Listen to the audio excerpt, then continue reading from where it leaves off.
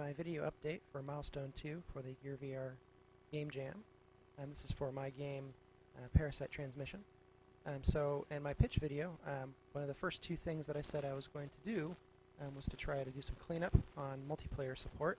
And part of that was fixing up the web server backend to either support a local play mode or a remote play mode. In local play, if you can't connect to the remote server, we just automatically create one in-game. Here I've launched one that is accessible remotely. So hopefully anybody playing this game when it's released will be able to connect to this one, but if they can't for whatever reason, they'll be able to create the game locally. I also replaced how you communicate via chat and post updates in the game. Because it is a web server, you don't normally get push notifications when things change. So originally I used IRC for that, and that's now been replaced with the Photon Unity networking library. So when the game launches, now instead of seeing the old sign-in screen, because it would require you to be able to type, instead we automatically create an account for you with a random name and sign you in. And if you were able to sign into the remote server, you see this online play. If you weren't able to see that, that means that you weren't able to connect remotely. Maybe you weren't accessible, or your GearVR wasn't able to access the internet. So in which case we create a game server locally, and you'll see this as offline play. You can also force offline, toggle that. So we can either create a new game or join a game. I'm going to go ahead and join an existing one that I made, so you have to watch me create a game before.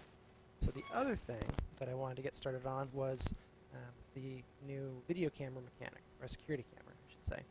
So right now, when you launch into a game room, you can see other AI, and in fact, there's an enemy AI over here. That's going to change soon.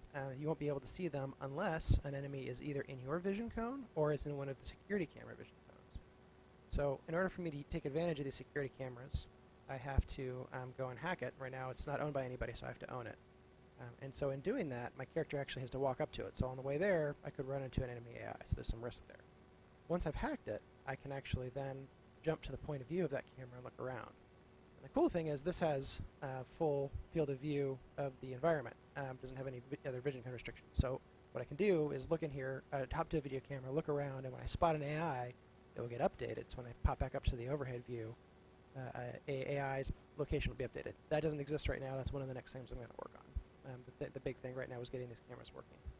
And the other cool thing is that once you've hacked a camera, you don't have to walk up to it anymore to be able to take advantage of it. So I can actually click over here. So the key thing to keep in mind, though, is that every time you hack a camera, or every time you go to use a camera and leave it, the AI get a chance to move, repeat a turn.